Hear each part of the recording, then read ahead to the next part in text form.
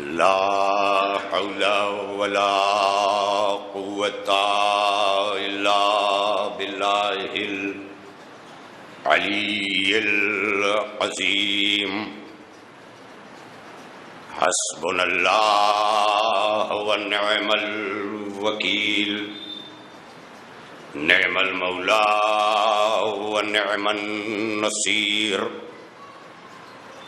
بسم الله الرحمن الرحيم الحمد لله الذي هدانا لهذا وما كنا لنهتدي لولا أن هدانا الله لقد جاءت رسل ربنا بالحق والصلاة والسلام على رسول الثقلين محبوب رب المغربين والمشرقين جد الحسن والحسين النبي المؤيد المصطفى الامجد سیدنا و مولانا ابی القاسم محمد وعلى اہل بیتہ الطیبین الطاہرین المعصومین المظلومین واللعنۃ الدائمۃ الباقیۃ علی اعدائہم وقتلتهم وغاصبی حقوقهم اجمعین اما بعد فقد قال اللہ فی کتابہ المجید وفرقانہ الحمید وقولہ الحق بسم اللہ الرحمن الرحیم لقد ارسلنا رسولنا بالبینات وَأَنزَلْنَا مَعَهُمُ الْكِتَابَ وَالْمِيزَانَ لِيَقُومَ النَّاسُ بِالْقِسْطِ صلوات پر محمد وآل محمد.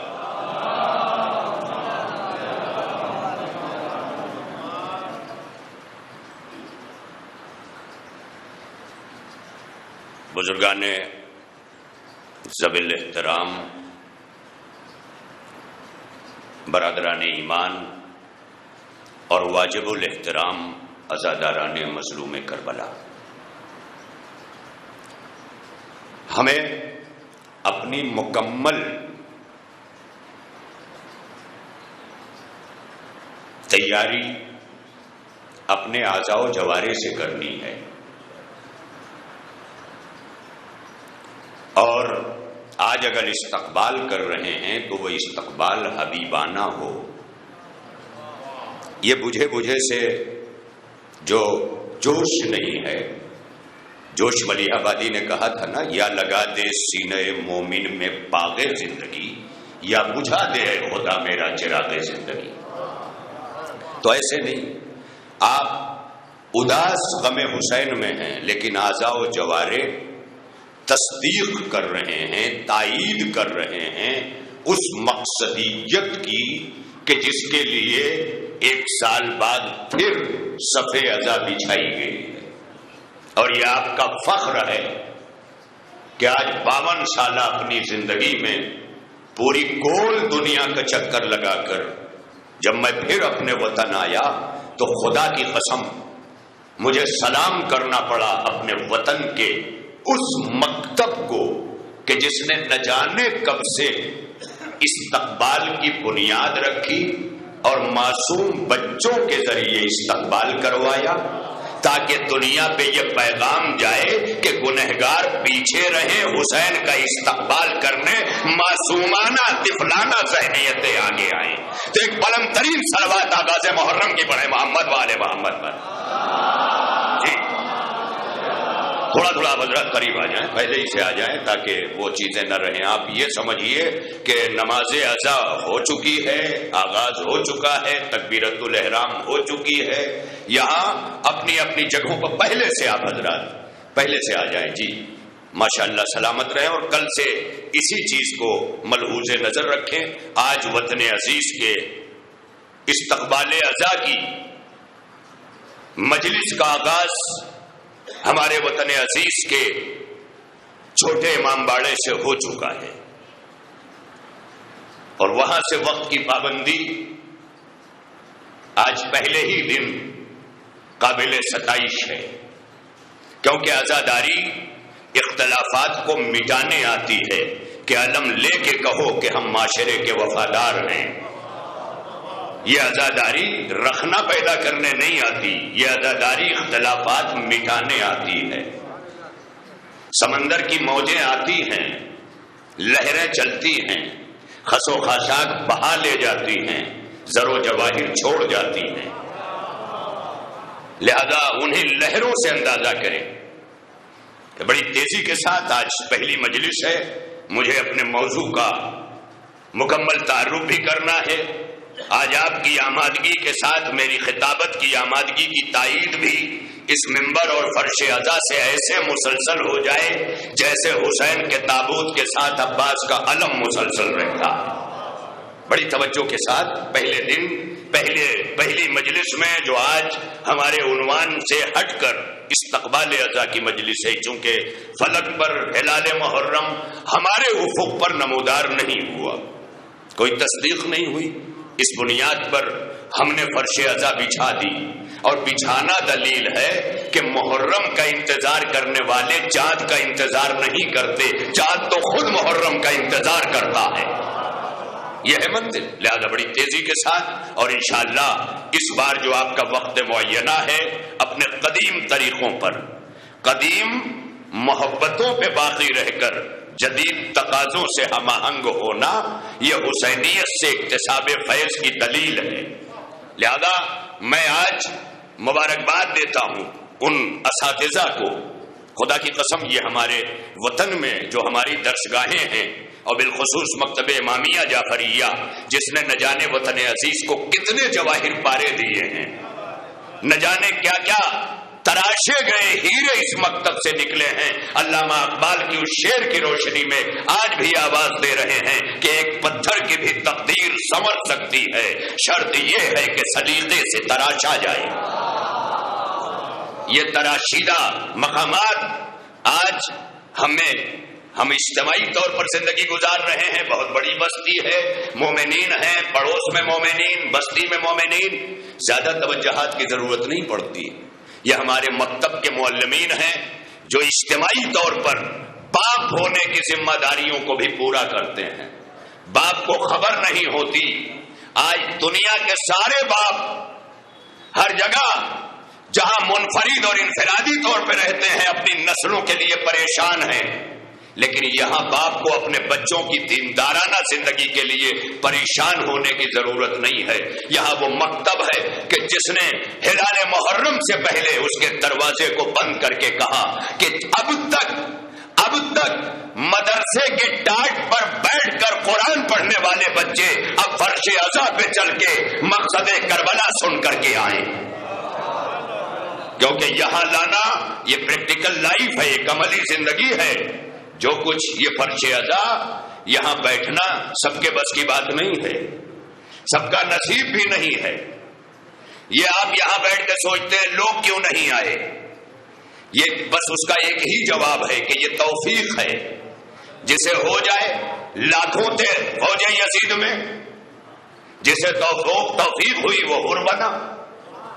مگر مجلسوں میں اس بات کا خیال رکھا جائے کہ جو آج ہماری رہبریت آقائے آیت اللہ العظمیٰ سید علی خامنئی نے کہا ہے، وہ پہلے دن میں اس پیغام کو پڑھ کے سنا دوں کہ مجلسوں میں ہماری ہر رنگ و نسل و مذاہب کے لوگ آتے ہیں اور یہ حریت کا راستہ ہے. ہمارے بیانات آنے والے حر کا راستہ نہ روکیں. ہے نا تائید اس کی؟ آپ کی خاموشی بتا رہی تائید نہیں کر رہے ہیں. بھائی تھوڑا تائید کرتے جائیں نا. کیا پیغام دیا ہے ہمیں پوری دنیا کو مقام معظم رہبری نے؟ یہ جملے بول کر کچھ لوگوں کو کانٹے کھٹکنے لگتے ہیں، کہیں ایسا تو نہیں یہ بھی ادھر کا ہے. ادھر اور ادھر کا کرنے والے کہیں کے نہیں ہوتے ہیں. حق کا زیادہ ایک ہی ہے، راستہ ایک ہی ہے. لہذا بڑی تیزی کے ساتھ کیا پیغام دیا گیا کہ ان مجلسوں کی فرش ازا کے بچھانے والوں، یہاں آ کر منبر سے خطاب کرنے والوں، اس بات کا خیال رہے، انتظامیہ کو بھی، مومنین کو بھی، خطیب کو بھی، ہر ایک کو جو جس جہد سے عزاداری میں اپنا حصہ لیتا ہے اسے چاہیے کہ یہاں ہر رنگ و نسل کے لوگوں کو آنے دیں، کیونکہ یہ حریت کا راستہ ہے جو آج کھلا ہوا ہے. اپنے بیان سے کسی حر کا راستہ نہ روکو. کتنی بڑی منزل ہے، سوچنے کا مقام ہے. کہاں سے حر آئے گا؟ اگر انہیں یزید سمجھ رہے ہو تو وہیں سے تو آئے گا. بھئی زمانے کے اگر لشکر یزید ہے اور یہ بھی تسلیم کرتے ہو کہ زمانے میں یزید ہوتے ہیں، تو جب یہ تسلیم کرتے ہو کہ ہر زمانے میں یزید ہوتا ہے تو یہ بھی تسلیم کرو کہ ہر زمانے میں حسین ہوگا. یہ تسلیم کرنے سے گریزاں کیوں ہو؟ کیوں گریزاں ہو؟ کیوں دور ہو؟ کیوں یہ کہا جا رہا ہے کہ عزاداری سے دور کیا جا رہا ہے؟ قطعی نہیں. جس آیت اللہ خمینی نے کہا تھا کہ ایران کا یہ انقلاب نہ ہوتا اگر ہمارے پاس عاشورہ اور محرم نہ ہوتا. اس سے ہم اندازہ کریں کہ عاشورہ اور محرم وہ طاقت رکھتا ہے جو آج بھی تخت شاہی کو اکھاڑ کر پھینک دیتا ہے. بھائی کیا کیا تھا جناب زینب نے؟ یزید کو میں تخت و تاج کے اکھاڑ پھینکا اور گھر میں صف ازا بچھائی. آپ دیکھیں، یہ بتانے کے لیے کہ میرے بھیا کی عزاداری میں وہ طاقت ہے کہ ہر دور کا یزید اپنے تخت و تاج کے ساتھ بہایا جا سکتا ہے، جا سکتا. مگر اگر وہ عزاداری ہماری مراسم تک محدود ہو کے رہ جائیں تو ظاہر ہم نے محرم منایا ہے، اور یہ منانا اور ہے. آج پہلی دن ہے، پہلا تھوڑا سا میری طرف دیکھتے جائیں اور بھیا اس بات کی کوشش کریں کہ تغرا وغیرہ پہلے تھوڑا آ کے پڑھ لیں، تھوڑا سا مجھے سنتے رہیں، کوشش کریں اس بات کی. پہلے دن میں جو یہ پیغامات اور یہ گزارشات کر رہا ہوں، مجلسوں میں علم دیں، فلسفہ کربلا دیں، مجلسوں میں مقصد کربلا دیں، قرآن دیں، حدیث دیں، وہ تاریخ دیں کہ جس کے حوالے ضروری ہیں، کیونکہ یہ فقط تاریخ پڑھنے کی جگہ نہیں ہے کہ شہنشاہ تاریخ لکھ کر کے اس کے گلے میں تمغہ ڈال دو کہ یہ شہنشاہ تاریخ ہے. تاریخ تو ایمان بھی نہیں ہے. بتا دو کہیں لکھا ہوا ہے کہ تاریخ پہ ایمان لانا ضروری، لیکن حدیثیں تو ایمان ہیں، تفسیریں تو ایمان کا حصہ ہیں. لہذا ہمیں ان چیزوں کی ضرورت ہے فرش ازا سے کہ ہم یہاں سے قرآن اور اہل بیت کے ان علوم کو کہ جسے دنیا جس دولت کو یزید بنا کے چھیننا چاہتی تھی، ہم اسے اس حسین سے لیں جو نوکے نیزہ سے قرآن پڑھ کر کے بتا گیا کہ گلا کٹنے کے بعد جو قرآن پڑھتا ہے وہی محافظ قرآن ہوتا ہے، وہی محافظ قرآن ہوتا ہے، کوئی اور نہیں ہوتا.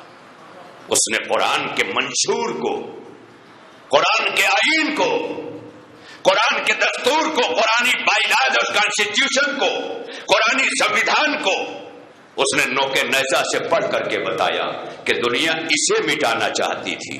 حسین نے اپنا بدن دیا ہے جو کربلا میں پڑا ہے، سر نوکے نیزہ پہ چل رہا ہے، اور یہ چلتا ہوا سر زمانے کو بتا رہا ہے کہ زمانہ بدن چھین سکتا ہے، سر و تن میں جدائی کر سکتا ہے، لیکن قرآن اور اہل بیت کو جدا نہیں کر سکتا، کیونکہ جاتے جاتے میرے نانا نے کہا ہے وَلَن يَفْتَرِقَا حَتَّى يَرِدَا عَلَيَّ الْحَوْض، یہ دونوں ایک دوسرے سے الگ ہو ہی نہیں سکتے جب تک کہ میرے پاس حوض پہ نہ پہنچ جائیں. اب سمجھ میں آیا کہ کربلا کے ریگزار میں سجدے میں حسین تھا، قرآن کے منشور نے اٹھایا اور حسین نے اٹھ کر قرآن سنایا اور سنا کر بتایا نہ قرآن حسین سے جدا ہوگا نہ حسین قرآن سے جدا ہوگا. صلوات پڑھنے مل کر محمد والے محمد.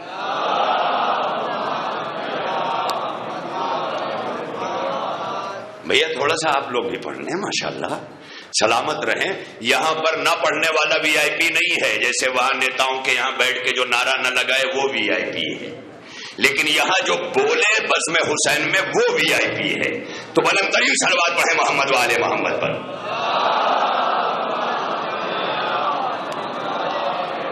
سلامت رہے. لوگ ایک دوسرے کو دیکھ رہے ہیں کون پڑھ رہا ہے. خود پڑھنا شروع کر دیں, کسی کو دیکھنے کی ضرورت نہیں پڑے گی.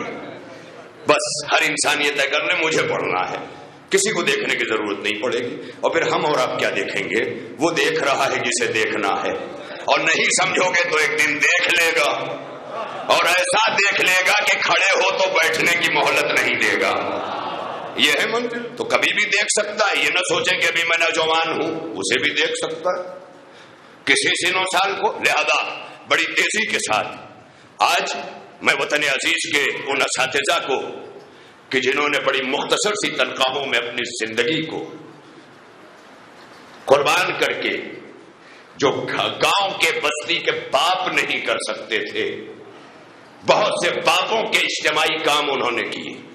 سلام کرتا ہوں مکتب کے ان بچوں کو کہ جنہوں نے کل ہی استقبال کر کے, ہر ملک کا اپنا قومی ترانہ ہوتا ہے, لیکن حسینستان کا عزائی ترانہ جو تنہا ہمارے جلال پور میں پڑھا جاتا ہے, ہندوستان میں مولا تشریف لا رہے ہیں.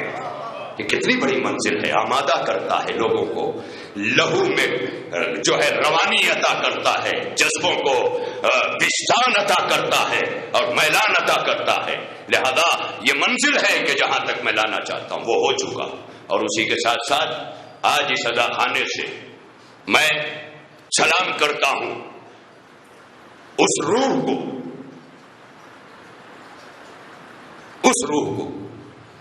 کہ جنہوں نے پوری حیات یہاں سے واقعات کربلا پہ مشتمل حدیث خوانی کی.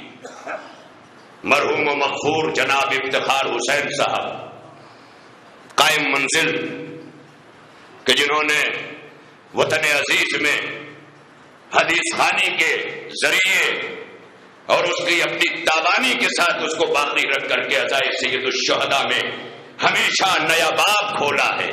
ان کی روح کو بھی ہمارا سلام. خدا کروٹ کروٹ جنت نصیب کرے انہیں, غریق رحمت کرے انہیں. اس لیے کہ جب کسی کے خیر کے لیے دعا ہوا کرے تو اپنے ذاتیات کو طاق پہ رکھ کر خدا سے اس کے خیر کی دعا مانگا کرو. اور جب یہ کرنا شروع کر دو گے تو خدا خیر میں نام لکھے گا. لہذا عزیزان محترم انہیں بھی, اور ظاہر ہے کہ میں انشاءاللہ میری کوشش ہوگی اس بات کی کہ جتنے نے بھی اس بڑی امام بارگاہ سے, مرکزی بڑی امام بارگاہ سے کمیٹی کی صورت میں خدمت کر کے دنیا سے چلے گئے,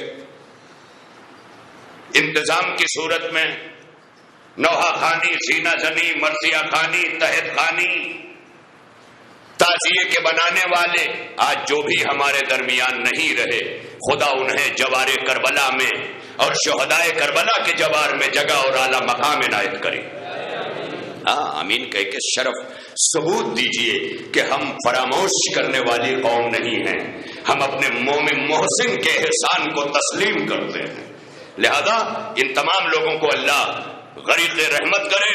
اور آج پہلے دن کی مجلس میں انشاءاللہ آج اعلان ہو چکا کہ ہمارے محترم سوزخان حضرات 9:15 بجے ٹھیک سوزخانی کا آغاز کریں گے, اور ٹھیک 10 بجے ممبر میرے ساتھ یا میں ممبر پر ہوں گا, اور اس کے بعد انشاءاللہ وقت معینہ پہ انجمن بھی نوحہ خانی سینہ زنی کر کے ایک معینہ وقت میں جو حالات اس وقت ملک کے ہیں, جو حالات جو انتظامیہ ہم سے گزارشات کر چکی ہے, ہم انہیں بھی یقین دلائیں کہ ہم حسین کا غم منانے نکلے ہیں.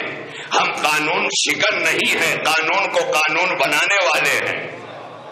ہماری کربلا ہمیں یہی سکھاتی ہے کہ قانون شکن نہ بننا, جس جگہ بھی رہنا, جہاں کا نمک کھانا, اس ملک کے وفادار رہنا. لہذا 2 چیزیں ہیں کہ ہم مذہب میں حسین کے عزادار ہیں اور اپنی قوم میں اس ملک کے وفادار ہیں. یہی ہماری پہچان ہے. لہذا ہم نے آج پہلے دن ہر ایک کو یقین دلا دینا ہے کہ انشاءاللہ جو ہمارا وقت معین ہے اور جو سب کو قابل قبول ہو وہ انشاءاللہ طے ہو چکا ہے، اور وہاں سے یہ برنامہ اور یہ ترتیب دی جا چکی ہے۔ ایک بار بلند ترین صلوات مل کے پڑھ دیں محمد و آل محمد پر۔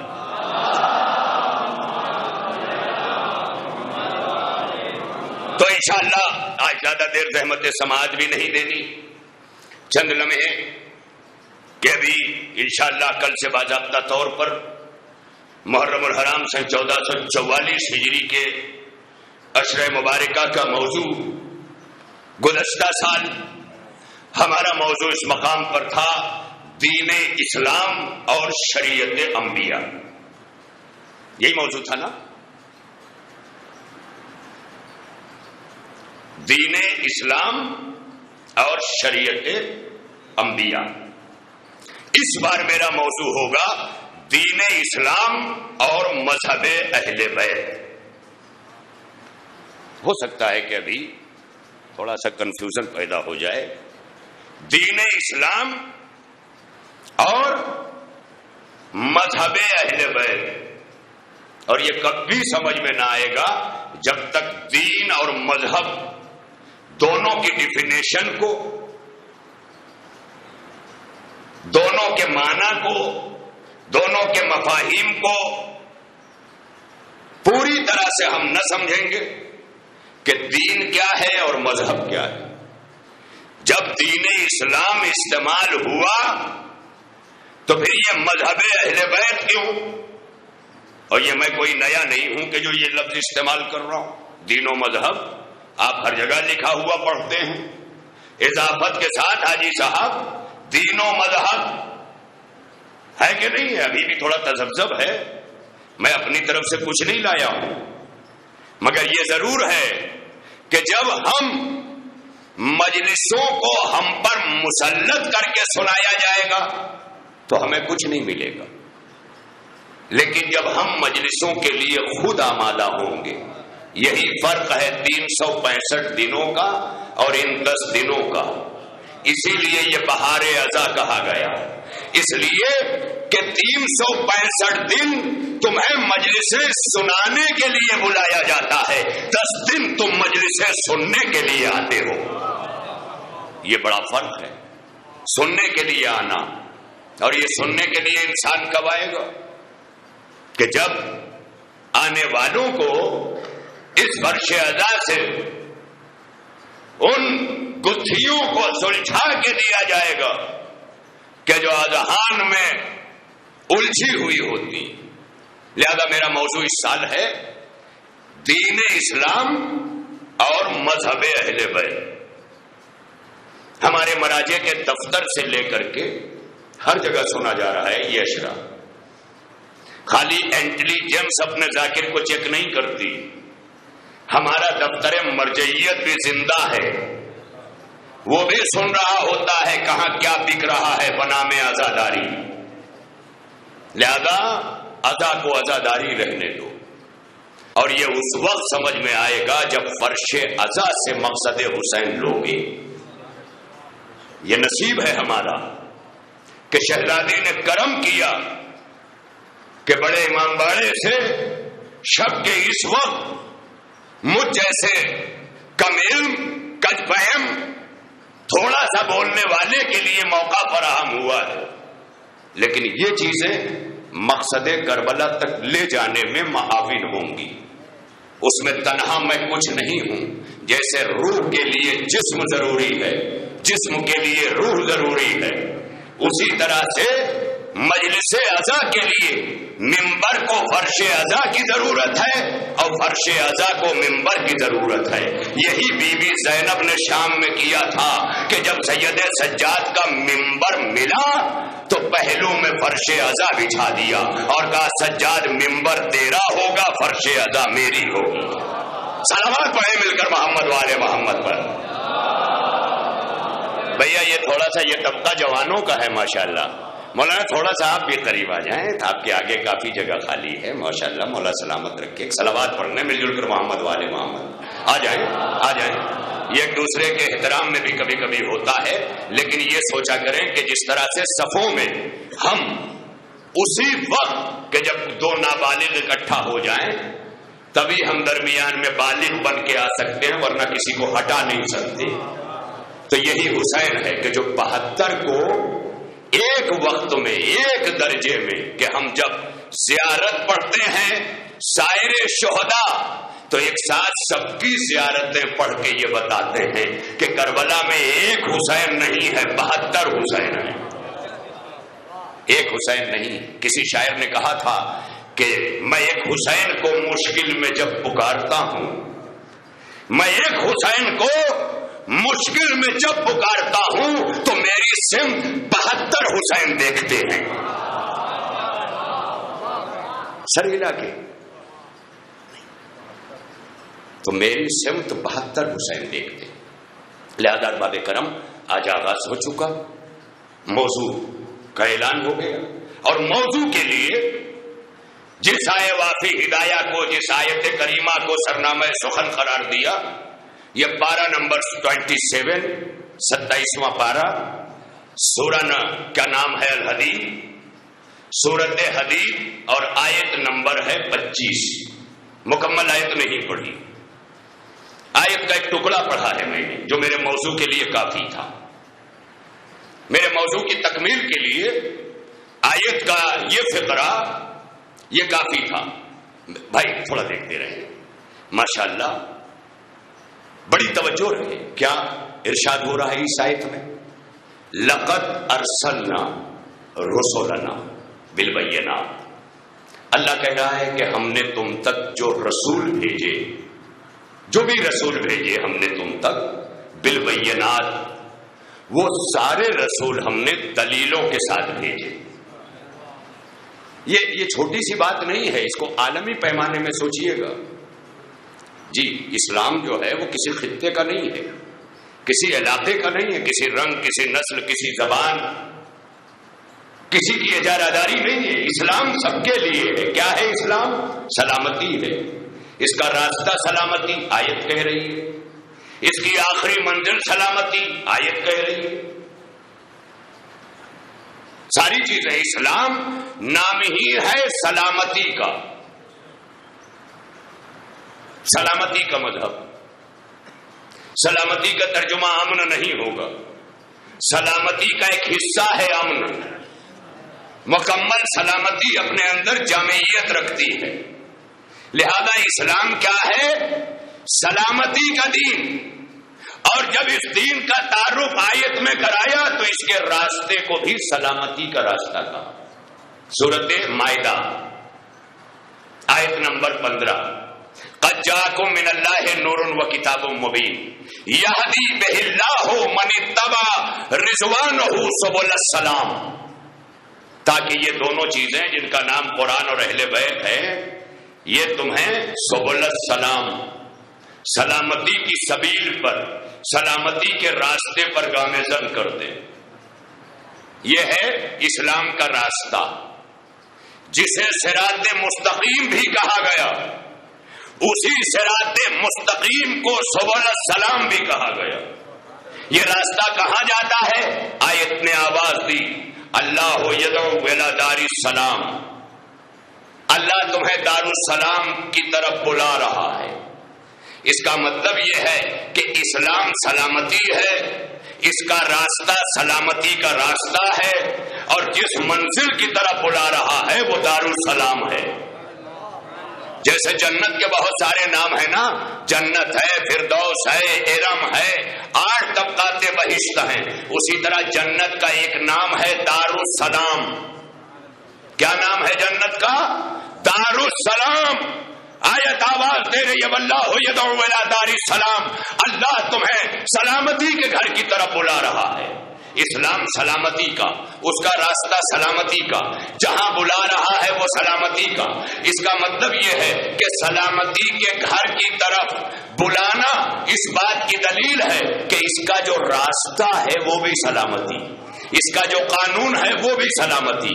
تو سلامتی کا قانون سلامتی کے راستے سے دار السلام تک لانا چاہتا ہے، یہ ہے اسلام۔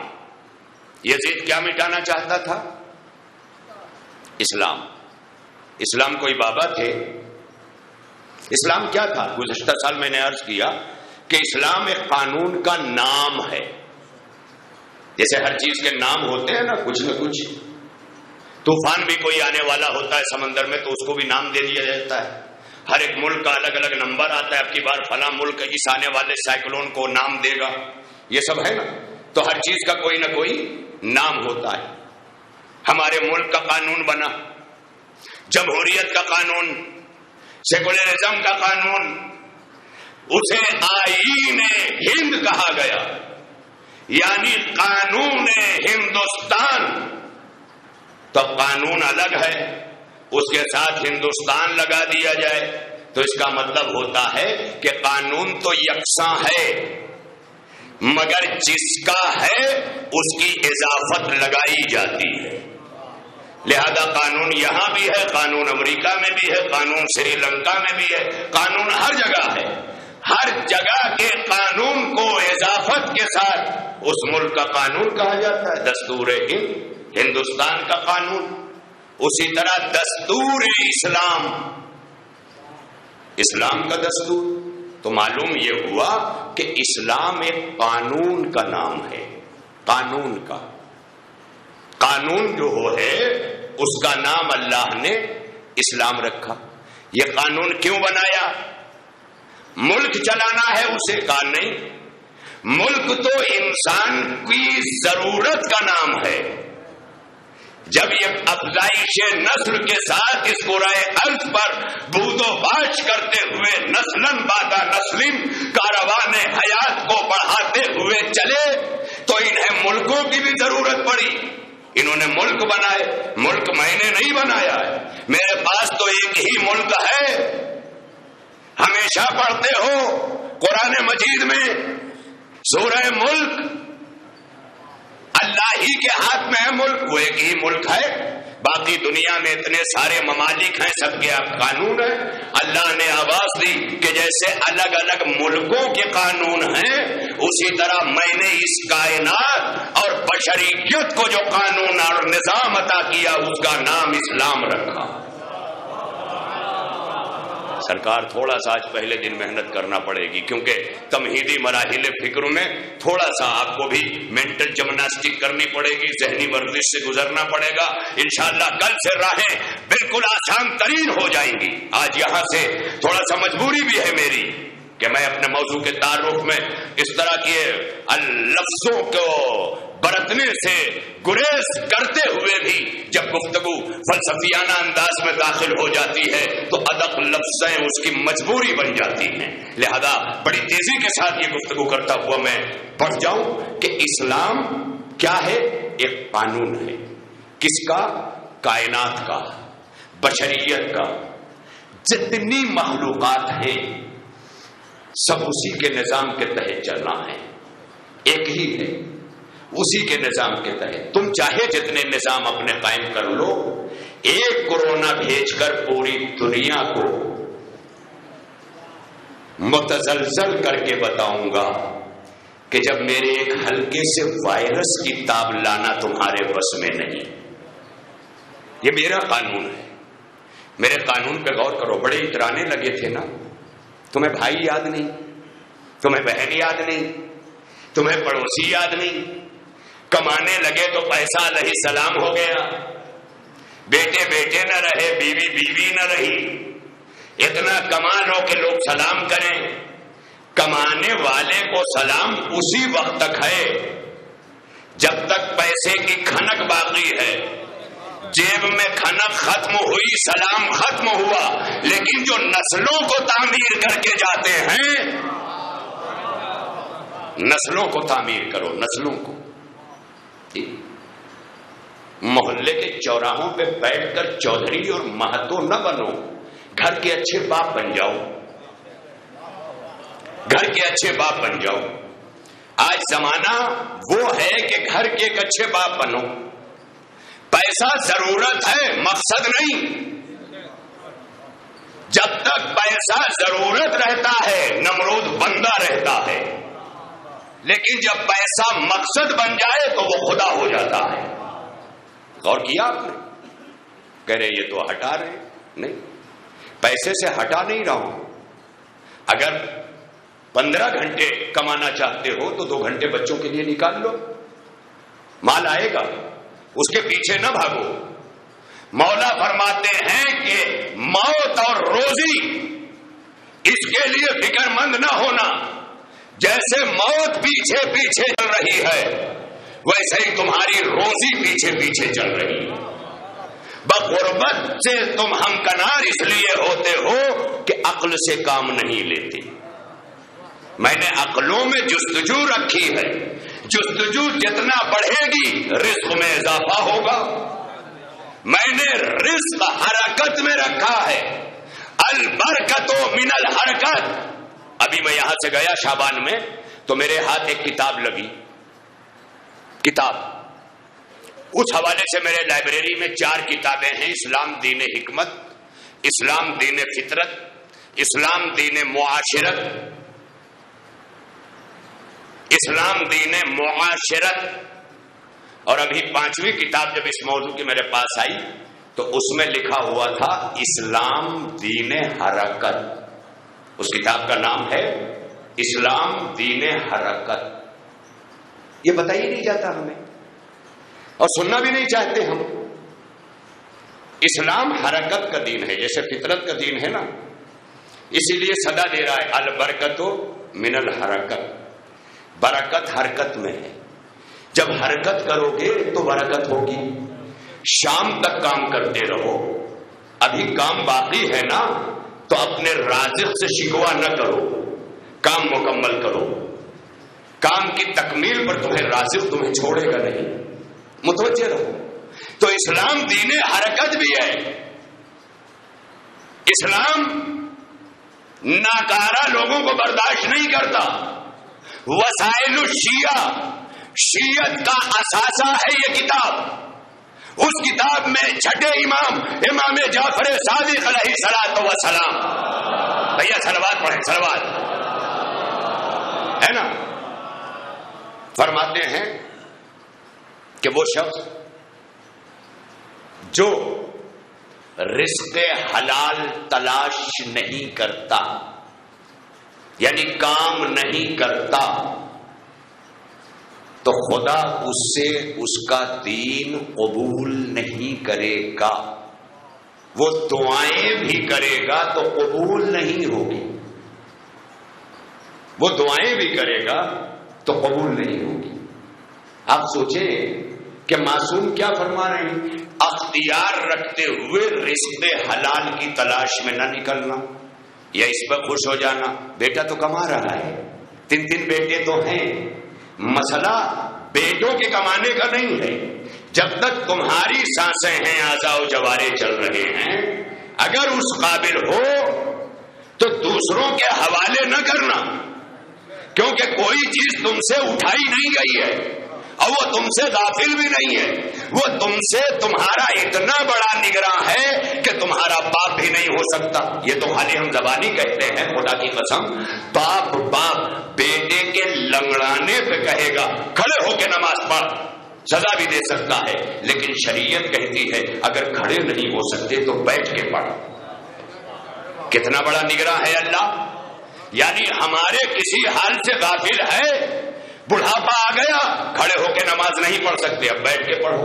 تو جو شریعت اتنا ہم سے قریب ہو کہ ہماری ناتوانی پہ گھٹنوں میں تھر تھراہٹ آنے پہ کہہ دے کہ اب کھڑے نہ رہو، اب بیٹھ کے پڑھو، اس لیے کہ نماز تجھے پڑھنا نہیں ہے، مجھے پڑھوانی ہے، لہذا اب جیسا میں چاہوں ویسا پڑھو۔ لہذا بیٹھ گئے، بٹھا دیا گیا، اب بیٹھ کے پڑھو۔ یہ سرپرستی نہیں تو کیا ہے؟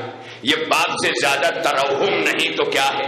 یہ باپ سے زیادہ جو ہے وہ نگاہ کریمانہ نہیں تو کیا ہے کہ کہہ رہا ہے بیٹھ کے پڑھو۔ تو ایک لمحے بھی تو ہم سے غافل نہیں ہے۔ نکما، کام چور، ڈیفالٹر، یہی سب نام دیا جاتا ہے نا، نلا، کام چور، ڈیفالٹر کا اسلام میں بھی اس کی کوئی عزت نہیں ہے۔ اگر سماج میں سوچ رہا ہے عزت ہے، اسلام میں کوئی عزت نہیں ہے۔ اختیار رزق حلال رکھتے ہوئے گھومنے والے کی عبادت کو منہ پہ مار دیتا ہے، اس سے یہ پتا چلا کہ نمازیں پڑھوانا مقصد نہیں ہے، نظام چلوانا مقصد ہے۔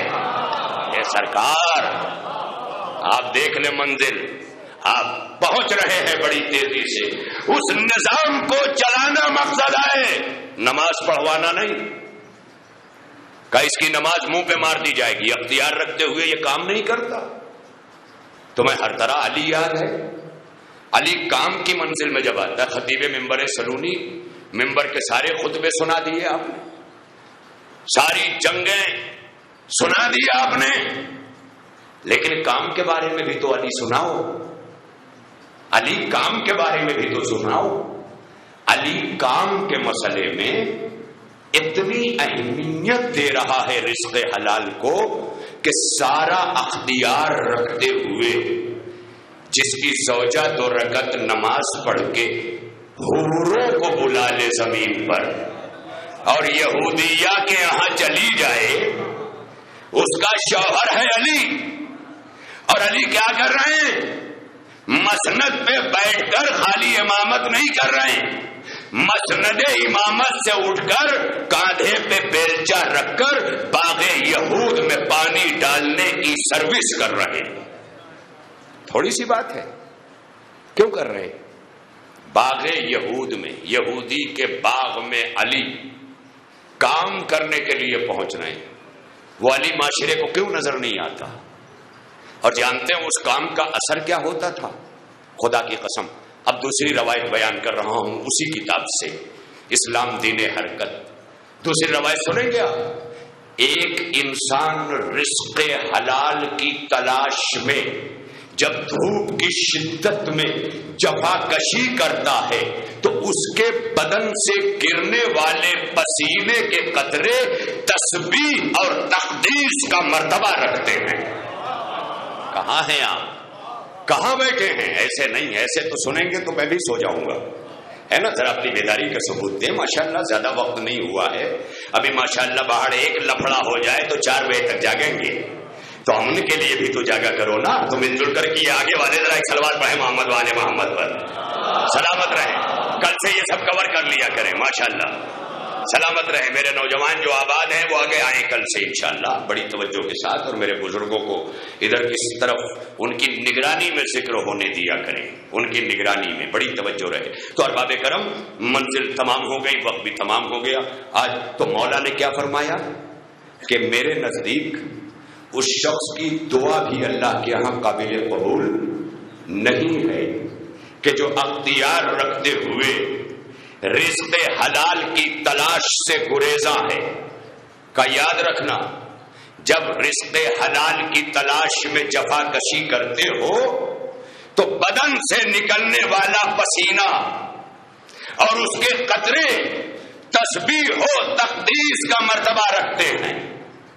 اور یاد کریں آپ، اب جملہ کہوں خدا کی قسم، پسینہ جو بدن سے نکلتا ہے شریعت کیا کہتی ہے؟ تسبیح و تقدیس کا مرتبہ رکھتے ہیں۔ تو جب عام بدن کا یہ عالم ہے کہ پسینے کے قطرات ٹپکے تو تسبیح و تقدیس کا مرتبہ ہو، تو اگر علی کے بدن سے پسینہ ٹپکے، خدا کی قسم اس کی منزل سنو گے، علی کے بدن سے ٹپکنے والے پسینے کو جب علی گھر پہنچتے تھے تو فاطمہ چادر تطہیر سے پوچھا کرتی تھی۔ صلوات پڑھیں مل کر محمد والے محمد، ذرا سارے ملتے ہیں، سارے ماشاءاللہ یہ نوجوان سارے اگر یہ چیخ دینا تو نئی بازار تک آوازیں پہنچے، تو ذرا عرش تک پہنچائیے نا، مل کر محمد والے محمد پر سلامت رہیں آپ سارے۔ تو عزیزان محترم یہ منزل ہے، آل محمد نے دین اسلام کے نفوذ کے لیے، نفوذ مذہب کے لیے، امپلیمنٹیشن کے لیے، لاگو کرنے کے لیے جن وچار دھاراؤں کو، جن افکار کو اپنے عمل میں ڈھال کر دنیا کے حوالے کر دی ہو، اسے مذہب اہل بیت کہتے ہیں۔ کل انشاءاللہ عرض کروں دین اور مذہب آگے انشاءاللہ گفتگو ہوگی، کیونکہ موضوع ہے دین اسلام اور مذہب اہل بیت۔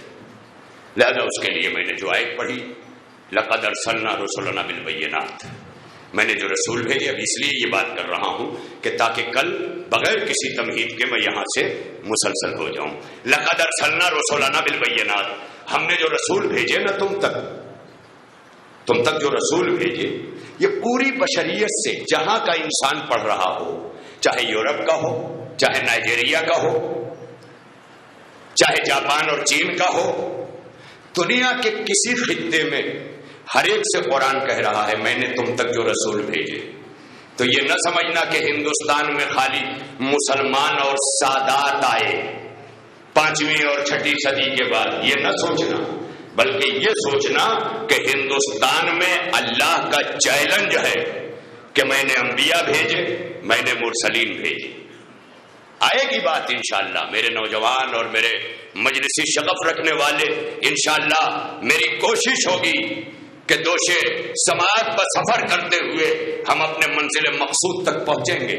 لیکن آج یہاں اس منزل پر ٹھہر کر کوئی خطہ، کوئی علاقہ، پورے کرۂ ارض کا جہاں بھی آبادی رہی ہو انسانی، کوئی بھی بھاشا، کوئی بھی لینگویج، کوئی بھی زبان، کوئی بھی رنگ، کوئی بھی نسل، ہر زبان میں کتاب بھیجی۔